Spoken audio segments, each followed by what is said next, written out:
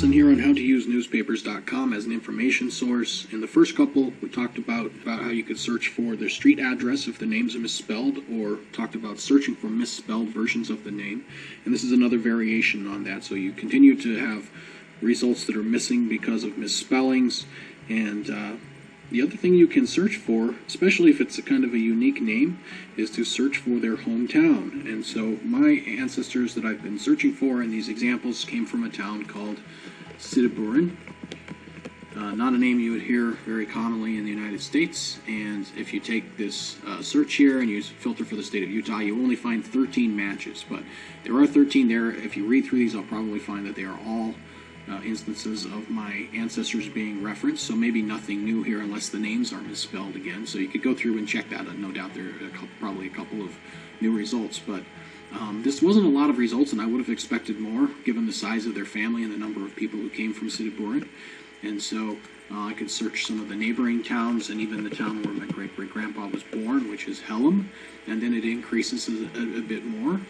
And if we pull up just Utah, we find 58 matches for Hellam. And so again, these are probably almost all people who knew my ancestors or lived with them, although some of these are looking like misspellings or bad readings on the scanning that's coming out of the newspaper here. So the other thing that I would do then is search for the province they lived in. And so if I search for Groningen province, now I get 400 matches in the state of Utah, and that's a nice sizable chunk. And again, this was still a fairly small area and not heavily populated, so there were very good chances that immigrants who came from Groningen knew each other. And so as I go through these results, I'm very likely to find people who knew my ancestors, and maybe even some of my ancestors in entries where their names are misspelled. The other thing you can do is add another criteria. So if I want just obituaries, if you put born, almost every obituary is going to say the person was born in Groningen. And so you can just search for Groningen and born, and you'll start to find additional results here of people who were born in that province, and you see that here. This is a good example right here. It looks like this man was born there. His name is Dirk Jans Boss, and he's a distant relative of mine, but I wouldn't have found this or known that he was a distant relative or even known to search for him unless I had searched for Groningen. So another good example of how you can search for things here in the newspapers that maybe you wouldn't think were good search criteria that will help you find more information about your ancestors.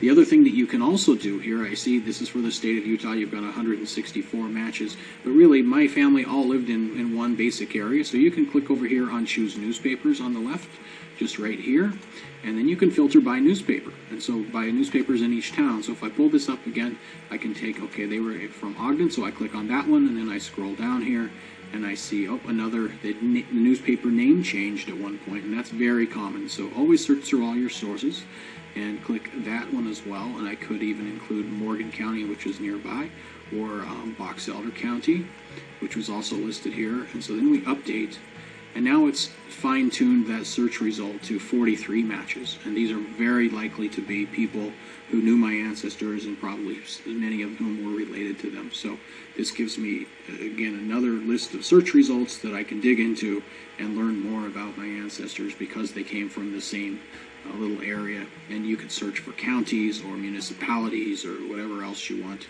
and probably find good results on those. So happy hunting.